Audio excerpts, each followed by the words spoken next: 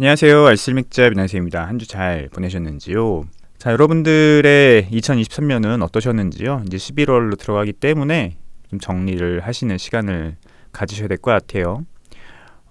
그제는 12구 참사였죠. 12구 참사 1주기인데 참 믿기지 않는 일이 한국에서 일어났죠. 150명이 넘는 젊은이들이 그냥 길가에서 비명 행사하는 굉장히 안타깝고 말도 안 되는 21세기 대한민국이라고 믿기지 않는 그런 일이 일어난 지 벌써 1년이 지났고, 그런데 그 1년 안에도 또 여러 가지 사건들이 있었어요. 오송 또 참사도 있었고요. 왜 이런 일들이 계속 벌어져야 되는지 정말 이해가 안 되고 화가 나고요. 이해가 되는 측면은 있습니다.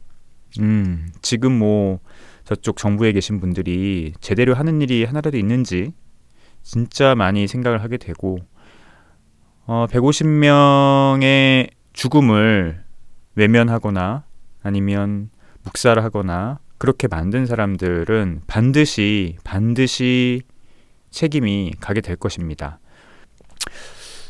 지금 맥주 쪽 하시는 많은 분들 좀 힘드신 걸로 알고 있는데 조금 힘내셨으면 좋겠고 또 견디셨으면 좋겠습니다. 이럴 때는 파도가 조용히 지나갈 때까지 생존하는 게 결국은 되게 중요한 것 같아요. 중소기업의 제일 중요한 덕목은 뭐다? 생존이다. 돈을 벌면 좋겠지만 돈은 버는 건 그 다음이고 일단은 생존을 해야지만 된다라는 생각을 좀 가지시고 버티셨으면 좋겠습니다. 오늘 맥주 뉴스는 진짜 별게 없어요. 칭따오 뉴스가 아직도 수를 놓고 있고요. 물론 칭따오가 잘못했는데 이게 그렇게까지 계속 다뤄줘야 될 건가? 뭐 한 3주 넘게? 그런 생각이 좀 들긴 합니다, 개인적으로. 그리고 저는 그 비어케이의 대응이 너무 아마추어적으로 느껴져요. 비어케이 대응이 없어요. 가만히 있으면 그냥 지나간다고 생각하는 것 같아요. 이거 정말 아마추어적인 대응이거든요. 뭐 수출용에는 사용되지 않았다. 수출용 공장은 다르다. 이런 해명만 내놓으면 다가 아니에요. 정말 리스크 관리를 너무 못한다. 비어케이가. 그런 생각이 들고, 제가 좀 말씀드렸지만 무조건 지금은 잘못했다고 사죄부터 해야 됩니다. 잘못했다.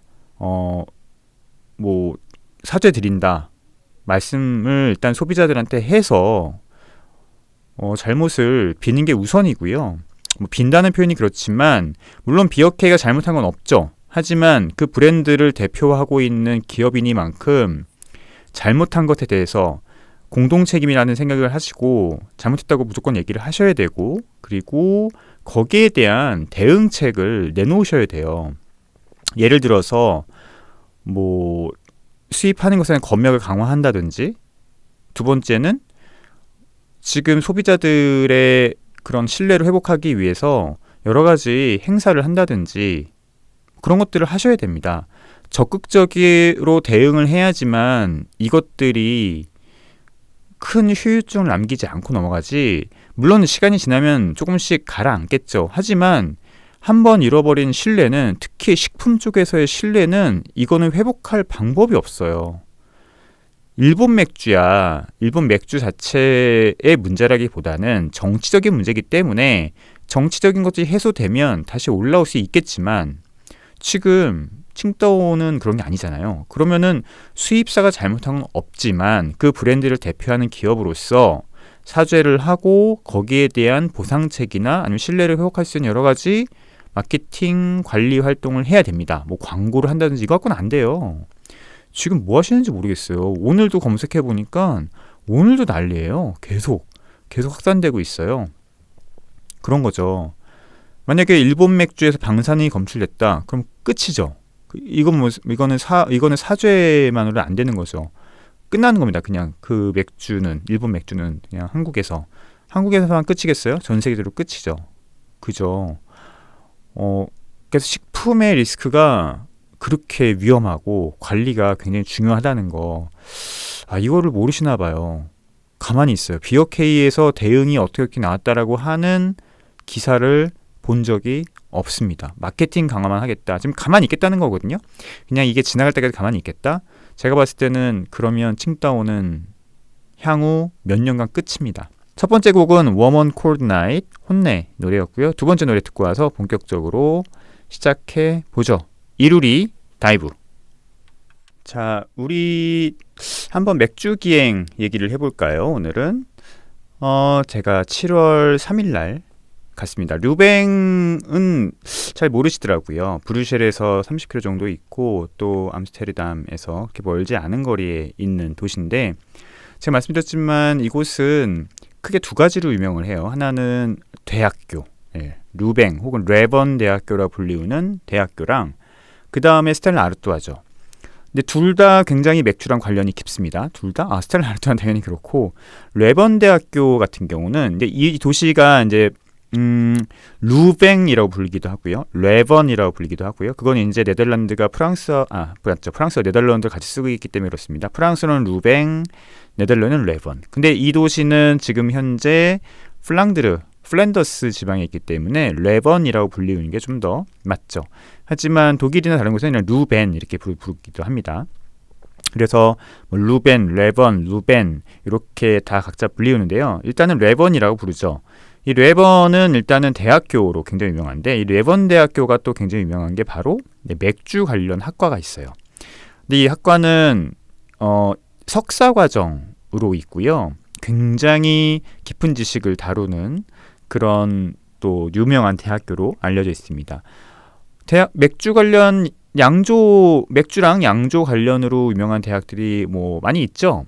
독일에서는 베를린도 있고, 그 다음에 뮌헨 공과대학도 있죠. 루벤도 있고, 그 다음에 미국에선 UC 데이비스도 있고, 뭐 지벨 같은 아카데미도 있고, 데멘스 같은 아카데미도 있고, 이런 식으로 꽤 많이, 영국도 있습니다. IBD도 있고, 그렇게 맥주로 유명한 유럽이나 미국 같은 곳들은 이렇게 맥주 양조 학과가 유명한 데들이 있습니다. 이 레번 같은 경우도 레번 대학도 마찬가지로 그 석사 과정이지만 맥주와 양조 죄송합니다. 맥주와 양조 둘 다 굉장히 유명한 대학으로 있고요. 저희가 방문 목적은 일단은 가서 스텔라 아르뚜아 또 한 잔 마시고 그 레번 대학 한번 둘러보는 거였어요. 근데 레번 대학이 굉장히 재밌는 역사를 갖고 있어요. 이 대학은 굉장히 오래전부터 이곳에 있었거든요. 1425년에 최초로 대학이 설립되었다고 해요. 진짜 오래됐죠. 레번 대학이라는 곳이 얼마나 유럽에서 유명한 곳인지 우리가 알 수 있어요. 에라스무스 유토피아 있죠. 여기서 썼다고 하고, 여러 가지 뭐 과학적인 그다음에 천문학적인 성과들이 이 대학에서 시작됐습니다. 그런데 이 재밌는 게 이 레번 대학교가 원래는 루뱅 대학교였다고 하는데 이름이, 그런데 이 대학교가 굉장히 재밌는 게 나눠졌습니다. 왜 나눠졌냐면 이게 1962년도에 네덜란드어와 프랑스어가 대학에서 자치권을 갖게 돼요. 되게 웃기죠. 같은 대학인데 프랑스어 부분과 네덜란드어 부분, 그 부서가 각각 자치권을 갖게 되면서 분리독립 목소리가 나오기 시작해요. 특히 그 플랑드르 독립을 원하는 강경론자들이 특히 이것을 원했는데요. 왜냐하면 그때는 이곳이 플란더스 지역이기 때문에 네덜란드어권을 강조하는 분리독립자들이 대학의 분할을 강력하게 요구를 한 거죠. 그리고 학생과 교수 간 반목도 심해지면서 1968년에 이 대학이 분리가 됩니다. 같은 대학인데 뭐로? 네덜란드어를 쓰는 것과 프랑스어를 쓰는 것과. 그래서 분리가 돼가지고 이 대학이 반으로 쪼개지면서 나머지 반이 어디로 가냐면 왈로니아 지역, 프랑스어권 지역으로 가게 된 거예요.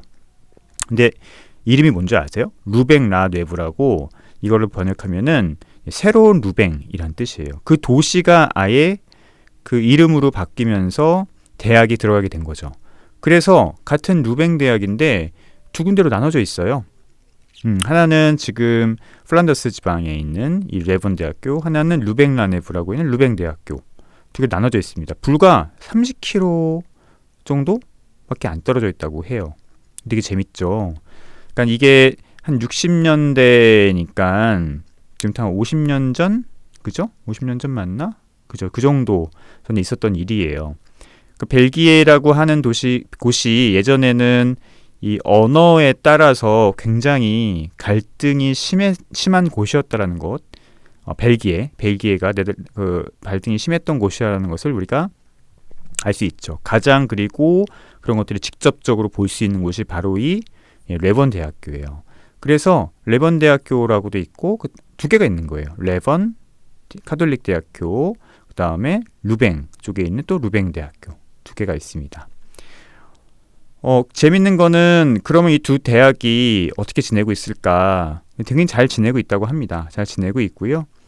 그 다음에 학문적인 교류를 하면서 여전히 같이 세계적인 대학의 위상을 함께 높여가고 있다고 해요. 이 르벤 대학교는 세계적으로도 굉장히 유명한 대학이라고도 합니다. 한번 들어오면 졸업하기 되게 힘든 곳이라고 또 하네요. 얘기를 들어보니까. 그래서 여기를 갔는데 대학 도시처럼 굉장히 고풍스럽고 조용했어요. 유럽 대학 도시들이 특히 그렇죠. 특히 저쪽에 독일 쪽에 있는 곳들, 또 대학이 주로 있는 도시들, 하이델베르그 같은 곳들 가면은 하이델베르그 대학이 굉장히 유명하잖아요. 전 세계 최고 대학 중에 하나인데 거기 가면 도시 자체가 그냥 대학교입니다. 가면은 그냥 굉장히 건물 하나가 그냥 캠퍼스 건물이라고 붙이우는 간판들을 되게 많이 보고 있고요. 지나가다 보면은 그 하이델베르크 대학생들이 수업하려고 왔다 갔다 하는 모습도 많이 볼 수 있어요. 굉장히 여긴 대학 도시구나 라고 하는 것이 그 하이델베르크인데 이 레번도 가니까 대학 도시의 모습이 그대로 있더라고요. 보니까 대학생 돈이 없잖아요. 그래서 작은 상점들 또 해외에서 온 대학생들을 위한 그런 아시안 마켓이라든지 아프리칸 음식점들, 작은 어떤 옷가게들 이런 것들이 꽤 많이 있었고 되게 굉장히 소박하지만 또 고풍스러운 곳이구나, 아름다운 곳이구나 라는 것을 느꼈고요. 제가 갔을 때는 방학 때여서 그런지 아무래도 조금 한산한 느낌이 좀 있었고, 또 오전에 갔거든요. 한 11시 정도에 갔던 것 같은데 10시 정도 갔겠네요. 10시 정도 갔기 때문에 상대적으로 좀 한산한 그런 느낌이 있었습니다. 가서 스텔라 아르투아 공장을 좀 가서 견학도 좀 하고 거기서 스텔라 아르투아 좀 마셨으면 좋겠지만 이날 일정이 저희가 또 많았거든요. 루벤에 들렸다가 그 다음에 또 밑으로 내려가는 또 일정, 하루에도 2군데를 가는 일정이었기 때문에 좀 바빴습니다. 바빠서 오래 머물진 못했어요. 그래서 도시에 내려서 좀 걸으면서 주위 환경도 좀 보고, 그 다음에 그 핵심적인 지역이 역시 이제 그 모든 카톨릭 도시들, 예전 카톨릭 중심인 도시들 가면은 광장이 있죠. 플라츠 혹은 마켓이 있는 곳이 있는데 그 광장에는 항상 시청이 있고 성당이 있고 마켓이 있습니다. 요게 이제 중세 카톨릭 도시의 어떤 전형적인 모습인데요. 역시 루벤도 역시 그랬습니다. 근데 되게 재밌었던 거는 그 루벤 대성당, 그러니까 성모성당하고 시청의 모습이 굉장히 대조된다는 거였어요. 보통 가면은 성당이 굉장히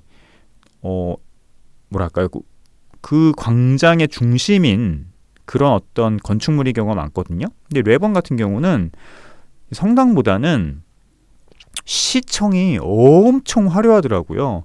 화려해도 보통 화려한 게 아니고 엄청 화려했습니다. 고딕 양식으로 돼 있어서 이거 시청이 이렇게 화려해? 랄 정도로 엄청나게 화려한 모습이었는데 상대적으로 성베드로 성당이거든요. 레번 성베드로 성당은 높지 않고 아담한 거예요. 보통 높은 어떤 첨탑이 있고 그 다음에 거기 이제 종도 있고 고딕 양식의 모습이 있는 게, 그래서 그 광장의 중심이 성당인 곳들이 원래 전형적인 그런 모습인데 레번에 있는 성베드로 성당은 첨탑이 없는 거예요. 일단 원래 거대한 종이 있는 첨탑이 있어야 되거든요. 없어요. 그래서 나중에 찾아봤어요. 나중에 무슨 일이 있을까 하고서는 나중에 귀국한 다음에 찾아봤더니 되게 재밌는 게 이 레번 광장이 지반이 되게 약하대요. 그래서 원래 레번 성베드로 성당을 증축할 때 원래는 굉장히 높은 첨탑을 세우려고 했는데 고딕 양식에 밑에 지반이 약했기 때문에 결국 못 세웠다고 합니다. 그래서 여기는 종소리가 그 굉장히 작은 종이 하나 있어요. 이렇게 거대한 종이 아니고. 그래서 상대적으로 이거 굉장히 재밌다라는 생각을 했는데, 반대로 그 바로 앞에 있는 시청은 굉장히 높은 거예요. 뭐지? 지반이 약화되면서 성베드로 성당은 높게 짓지 못했는데 시청은 엄청나게 높고 화려하게 돼 있는 거예요. 이상하다 봤더니 같은 광장인데 성베드로 성당이 있는 곳은 지반이 약해서 높게 못 지었고, 이 시청이 있는 그 지반은 또 단단해서 시청 높게 줄 수 있었다라고 하더라고요. 되게 재밌죠? 그래서 같은 지역인데도 이렇게 또 상반된 모습을 볼 수 있구나라는 생각을 했습니다.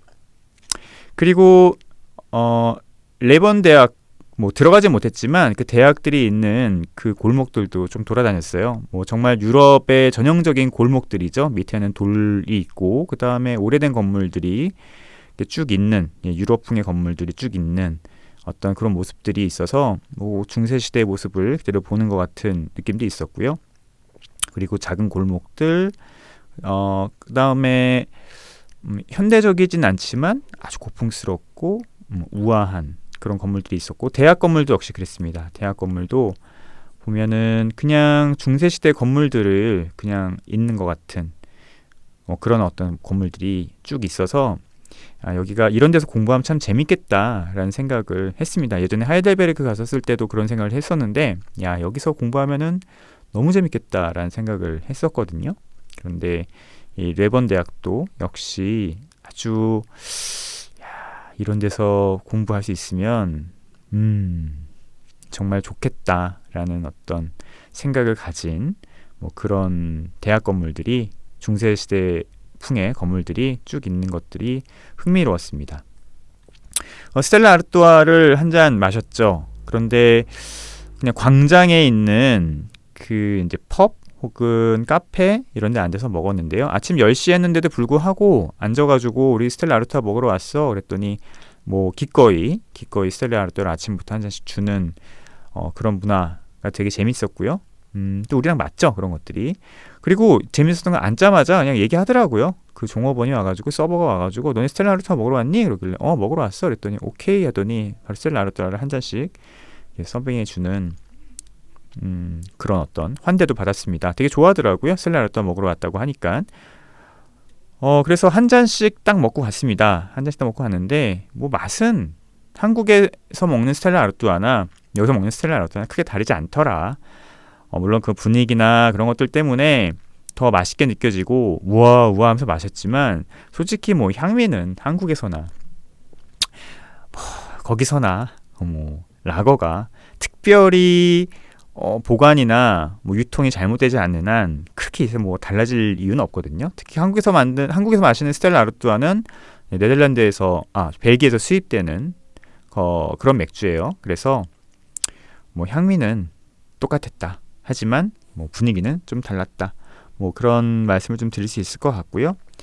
스텔라 아르뚜아 같은 경우는 지금은 이제 ABB 인베브의 소속이죠. 하지만 ABB 인베브 시작이 바로 이 스텔라 아르뚜아의 브루어리인 아르뚜아 양조장이에요. 아르뚜아 양조장은 1366년부터 기원이 있다고 하는데, 실제로는 1717년부터 본격적으로 아르뚜아라는 이름이 붙어서 맥주를 만들기 시작했고요. 스텔라 아르뚜아는 1926년에 시작됐죠. 근데 벨기에 다른 맥주들 보시면 알겠지만 벨기에 특유의 그 효모를 쓴 에일들이 많잖아요. 근데 스텔라 아르뚜아는 1926년에 라거를 했던 거예요. 근데 이 라거가 바로 대흥행을 거둡니다. 그러면서 굉장히 큰 이름이 알려지기 시작했죠.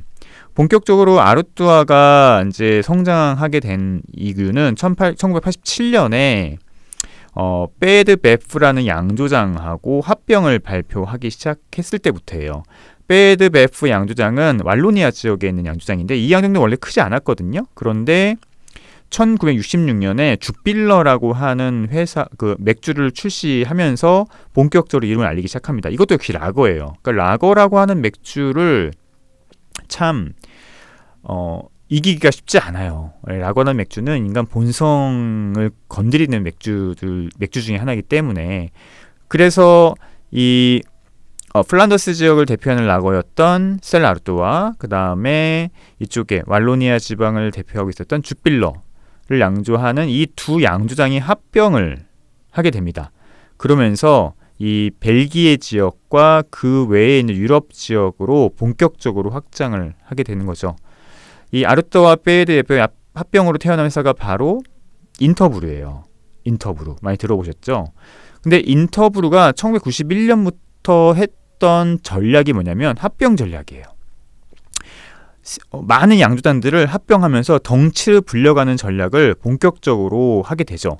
루마니아, 크로아티아, 불가리아, 우크라이나, 러시아, 캐나다 이런 브랜드들을 막 인수하기 시작합니다. 그러면서 시장을 확보를 하고 그 다음에 비용을 또 줄이게 되는 거죠. 그러면서 본격적으로 성장하게 돼 인터브루가 본격적으로 전 세계의 맥주 회사로 이제 크게 되는 건데 인터브루 자체보다는 합병을 통해서 덩치가 커지는 그런 전략으로 이름이 알려지게 되고 그 다음에 마켓 쉐어를 점령하게 되는 거죠. 그리고 2000년에는 이제 영국 바스나 독일 벡스까지 인수를 하게 됩니다. 근데 2008년이 이제 결국은 굉장히 맥주 회사에서는 맥주 이 업계에서는 굉장히 중요한 해 중에 하나인데 이 인터브루가 2004년에 브라질 맥주 브랜드인 암베부와 또 합병을 하게 됩니다. 그러면서 인베부가 되거든요. 2004년이에요. 2004년에 인터브루와 암베부가 합쳐지면서 인베부가 되고 이 인베부가 4년 뒤인 2008년에 그러니까 애널저부시를 인수한 거예요. 적대적인 방식으로. 적대적인 방식이라고 하는 것은 방법이라고 하는 것은 주식을 계속 이제 매수를 하는 거죠. 애널저부시는 맥주 회사를 팔 이유도 없었고 그 다음에 뭐 그러고 싶지 않았어요. 그런데 주식 시장에서 적대적으로 가격이 주가를 굉장히 높게 인수를 하면서 주주들이 팔게 만든 거죠. 인베부 쪽에. 그러면 적대적 인수를 하면서 ABV 인베부가 2008년에 탄생이 됩니다. 물론 이때 여러 가지 이제 조건들이 있었어요. 뭐 이사진을 바꾸지 않고 그 다음에 뭐 대표도 계속 유지하고 그러니까 애널저부시에 그런 게 있었는데 뭐 오래 가나요? 결국은 그렇게 되지 않았죠. 그래서 미국의 그러니까 전 세계적으로 가장 큰 미국의 회사가 이 인베부로 적대적인 합병이 되면서 ABB 인베부라는 거대한 회사가 드디어 성장했고 그 다음에서 본격적으로 또 다른 브랜드들을 인수하게 되죠. 뭐 멕시코 최대 브랜드 그루포 모델로 그래서 코로나도 인수하게 되고요. 근데 오비 맥주도 다시 인수하게 됩니다. 심지어 2016년에는 사브밀러까지 세계 2위 브랜드 회사죠. 사브밀러까지 인수하면서 초거대 맥주 회사가 되는 거죠. 이때 사브밀러가 갖고 있었던 여러 가지 브랜드들이 독점 이슈 때문에 다른 곳에 팔게 되는데 그게 이제 하나가 필슨 우르켈, 그 다음에 플러스였던 거예요. 이게 이제 어디로 가냐면 아사히로 가는 거죠. 그래서 뭐 사브밀러는 당연히 필슨 우르켈과 그다음 플러스 같은 브랜드를 팔고 싶지 않았어요. 그런데 합병으로 인해서 이 두 개의 브랜드를 팔아야 됐었고 이것을 가지게 된 게 바로 아사히였습니다. 그래서 필슨 우르켈이나 플러스나 좀 많이 아쉽죠. 뭐 이런 브랜드들이 좀 사브밀러나 ABV 인베브 산에 있었으면은 혹은 사브밀러가 한국에서 그 필슨 우르켈 그 마케팅을 진짜 잘했거든요. 그런데 아사히로 인수가 되면서 그런 마케팅들이 많이 사라지고 영업력도 많이 약해지면서 조금 아쉬운 부분이 상대적으로 많이 있습니다. 또 제가 워낙 좋아하는 맥주기 때문에 두 개 다 런던 프라이드나 아니면 필슨 우르켈이나 좀 아사히 산하로 넘어간 것들이 좀 아쉽긴 합니다. 물론 아사히 산하로 넘어갔다고 해서 그 두 맥주가 뭐 일본에 뭐 영향을 받는다거나 그런 건 아니에요. 지금은 계속 독자적으로 지분은 그쪽에 있지만 독자적으로 자기네들의 철학을 유지하면서 맥주를 잘 만들고 있죠. 좀 아쉬운 부분이고 어쨌든 그 ABV 인베브가 본사가 바로 이곳 레본에 있습니다. 몇 번 옮기려고 했대요. 이 본사를 옮기려고 했다고 합니다. 레번이라는 곳은 상징적이긴 하지만 뭔가 본사로서 글로벌리하게 뭔가 마케팅을 하고 영업을 하기는 좀 약한 부분이 있거든요. 그래서 좀 더 대도시로 이 인베브 본사를 옮기려고 했는데 이쪽의 지역 주민들이 아주 엄청나게 들고 일어났다고 합니다. 그래서 이런 부분들을 보면은 이 유럽 쪽에서 이 지역 주민들이 자신들의 맥주에 갖고 있는 어떤 그런 자부심들 이런 것들을 알 수 있는 것 같아요. 그냥 단순히 회사가 아니고 우리의 영혼이 담긴 음식이라는 개념이 확실히 유럽 쪽에서는 있는 것 같습니다. 레버는 굉장히 짧은 방문임에도 불구하고 많은 것들을 좀 생각하고 느낄 수 있었던 어떤 그런 시간이었던 것 같고요. 나중에 시간이 되면은 스텔라 아르투아 공장도 한번 가보고 싶다라는 생각이 듭니다. 더 중요한 거는 스텔라 아르투아 저 별로 안 먹었거든요. 한국에 있어도 뭐 그냥 크게 관심이 없던 맥주였는데 이 레번을 갔다 오고 나니까 한국에서 스텔라 아르투아를 종종 마시게 되더라고요. 이게 바로 그 맥주가 갖고 있는 힘이죠. 단순히 맥주의 향미가 아니고 그 맥주가 갖고 있는 문화적인 것들을 체험하면서 그 맥주를 마시는, 그래서 맥주가 좋아지는 그런 힘인 것 같아요. 우리도 역시 그런 식의 노력들을 좀 해야 되지 않겠느냐라는 생각이 됩니다. 시간이 걸리겠지만. 자, 음악 듣고 와서 바로 맥주 사전 이어가도록 하겠습니다. 세 번째 노래는 솔비 파랑